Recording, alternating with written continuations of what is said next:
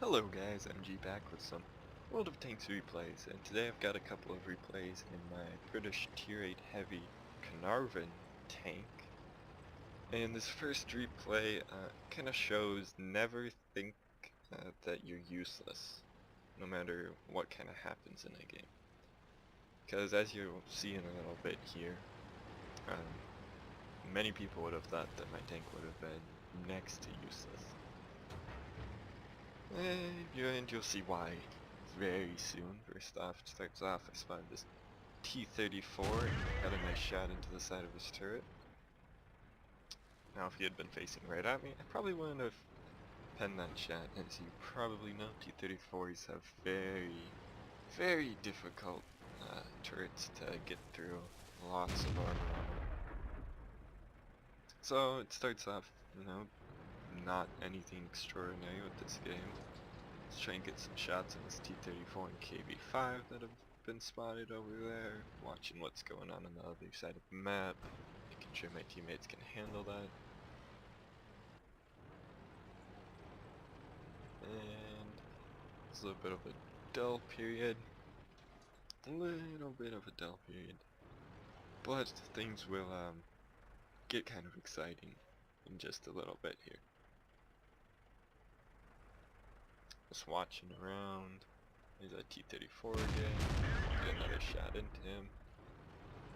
Here's where I probably wasn't very smart. I waited around to try and get another shot. And everything on their team decided that they were gonna shoot at me. As you can see, I make it over there, but with 3 hit points left. That's not too good. Damaged engine, damaged gun. So now I'm thinking, well, I just need to get the heck out of here. Get the heck out of here, and then, figure out what to do next. And this is where you'd think a tank with, this much damage, 3 hit points, my engine's no good, my gun's no good, I'd be pretty much useless now, right? And not quite. There's still uses for your tank if you like this. You just have to play differently. You have to play a bit smarter. You are definitely not going to be on the front lines, and I probably shouldn't have been on the front lines in the first place with this tank. That was my mistake. That's why I ended up like this, but now I have to make the most of it.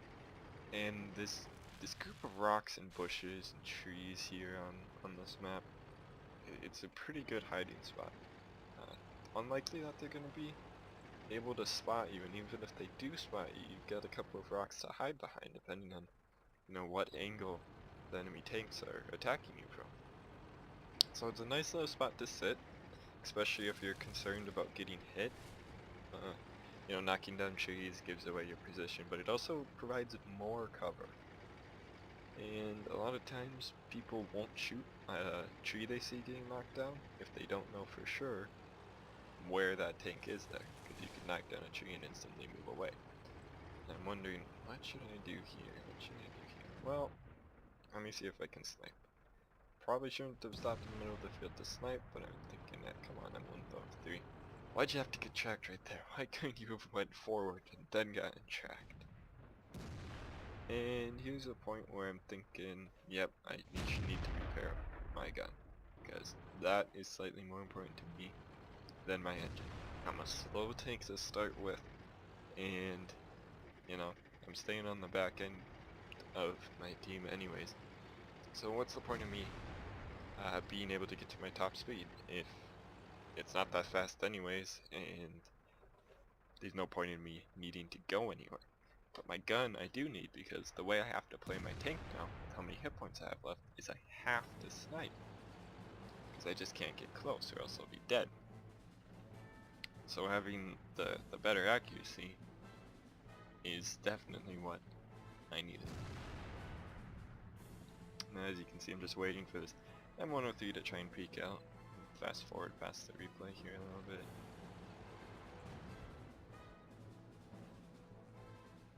Keep going, faster. I figure, okay, I can make it across this field. So I actually made it across that field, and you're thinking, well, you haven't really done much so far. 712 damage, that was all at the start. And that's true, but my team's doing a good job here. Now, keep moving forward, trying to figure out where are those enemy tanks. And trying to think, can I get some more damage here? Can I get a bit of more XP while staying on 3 hit points? Because my biggest goal right here, because I do have a good team, my biggest goal obviously is to survive. And then Yak Tiger and T20, and how, you know, I wasn't spotted, since I'm in the middle of the field, completely open, I don't know. This is where I get another couple of shots in, and you know, I'm on a tank with 3 hit points. So, to get shots at all, you know, that's pretty good. Yeah, I missed that one on the T20. I think that's gonna be it. Oh no, my memory did not serve me well. I do get another shot on that T20. So I ended up hitting the Yak Tiger once, the T20 twice, while staying on 3 hit points and, you know, doubling the amount of damage I did that round. So I have one more replay that I'm gonna get. Okay guys, this is the start of my second replay. I'll just speed it up a bit here. And I'll admit right now, I got very lucky. Very lucky towards the end of this replay. This is another replay where you can shows how you can kind of go against the odds, or at least to a point that will help your team. As you can see, we have a split. I figured when I started looking at this battle and I saw both teams had a fair amount of heavies, you know, over half our tanks are heavies pretty much. I figured we'd have a lot more tanks going over north here, but we only have 4 to start with, and that T20 does end up coming over 2. But that's not much, you know, 2 mediums, a tank destroyer, and 2 heavies. That's not much. And yeah, look at all the heavies. The enemy team, basically all their heavies decided to go this way, which is kind of where you should be going. So what I'm doing is just, you know, only peeking out as much as I have to get those shots, and letting the fact that I have a great aim time and great accuracy, I'm just letting that do, you know, the work for me. And, you know, I feel for that T20, he's probably thinking, what the heck am I doing here? What good am I here? So yeah, like I said, it's 3 heavies there. You know, there's the E75 and the 110 are over to the left a bit more too there. Basically, you know, we're just trying to whittle them down a bit, you know, get what shots we can. Trying to stay hull down because the Carnarvon does have pretty good turret armor. Just switch out here. Okay, switch cameras and show you as I take a couple of shots that go through that turret. You know, that gun mantlet and that turret is pretty good. It's a pretty thick gun mantlet to get through, and the other areas of the turret that aren't the gun mantlet, they are very well sloped, very hard to get through. So staying hull down is a very good strategy in this thing. You're not going to bounce as many shots as if you were in, you know, a T-34, one of the American heavies, but you do have a chance of bouncing shots, whereas the hull armor on this tank is not going to bounce shots for you. As you can see, I was trying to aim for the lower glaciers on that ST1 there, but the angle just wasn't right, I think, on that one. That was a big hit from that ST1. Or I know there's a bit of a debate among people whether you should call it the ST1 or the STI. Took another hit from the low. He was annoying me, because he seemed to be able to get through my turret on just about every shot. That annoyed me a lot. So now I'm just wondering, okay, gotta be smart now. I'm seeing that Tiger 2's not looking at me. I get lucky here, I bounce a shot from that 110 that could have ended me. But that's not even half the luck that I have in this match. I get so lucky towards the end here. Well, maybe not quite lucky enough, but I do end up getting pretty lucky. So I notice that low just fired. That's when I'm gonna peek out and shoot it. And that's what you need to do in this situation. Once again, I'm in low health and one-shot kill with anyone, but wait for them to fire, peek out, shoot them. And you can do that very well with this tank because of the aim time. As you can see, I did the same thing with the ST. Gonna do the same thing with the low. He just fired, peek out, shoot him, peek back away where he can't hit me. So now that the ST is dead, we just have this low. I think the Tiger 2, yep, Tiger 2 is still over there. And a couple, the 110 and the E75. So I was trying to get that low behind him because I figured I could one-shot the low.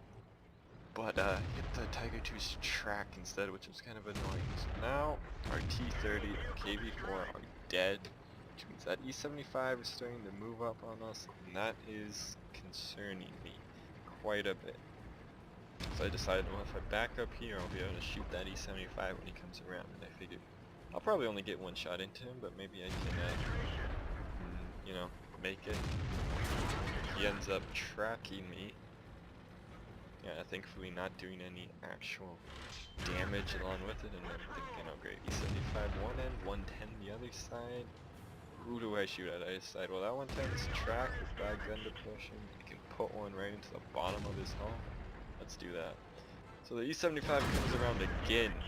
He just damages my track. He doesn't even destroy it, he just damages it. And that's where I got lucky, and I figured, okay, me and this Type 59 need to finish out this E75, and then I'll turn around for the 110. E75 not looking at me, get one into the side of his turret, but now he's just decided to rush me. And that Type 59 had bounced quite a few shots on the back of the E75. The E75 missed, as you can see. I got another shot into it. But yeah, then that 110 came around and finished me off. But when that E75 first came around that bottom corner, he was on 1,000 health. Now he's on 162. Which, you know, had the Type 59 not bounced one of the shots, he'd be dead by now.